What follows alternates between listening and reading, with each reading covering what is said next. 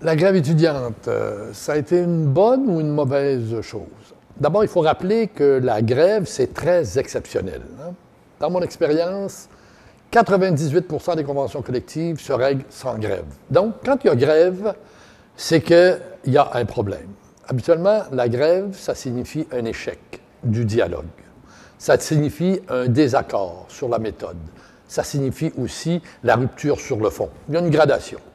Je vous rappellerai que dès que cette grève s'est enclenchée, moi, j'avais réuni une vingtaine de personnes, 2 anciens ministres du Travail, un juge du tribunal du travail, 2 anciens présidents du Conseil supérieur de l'éducation, des artistes, des écrivains, des gens qui venaient de tous les horizons, où on a dit au gouvernement, attention, la grève qui est commencée, c'est une rupture du dialogue. Si ça se poursuit, ça va enclencher des difficultés beaucoup plus importantes. On demandait à ce moment-là 3 choses.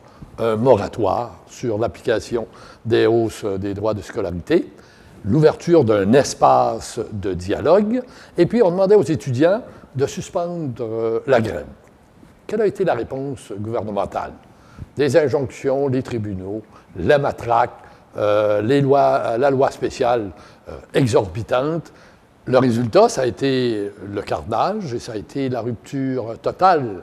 Il a fallu que l'ensemble de la société s'implique. Ça a donné un mouvement social avec les casseroles qui a produit en même temps des élections avec les résultats qu'on connaît, qu'il y a moratoire, il y a espace pour le débat et les étudiants sont rentrés aux études.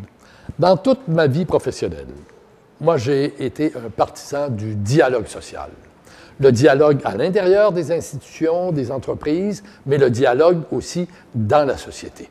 Comme recteur, moi, je serai encore un champion du dialogue social. Le dialogue à l'intérieur, mais le dialogue avec l'ensemble de la société pour faire reconnaître que les études supérieures, c'est un bien public qui enrichit tout le monde et que les études supérieures, on ne peut pas lever le nez là-dessus, envoyer ça comme une marchandise, parce que ça serait régresser sérieusement. Et ça, comme petite société, on n'a pas le droit de se permettre ça.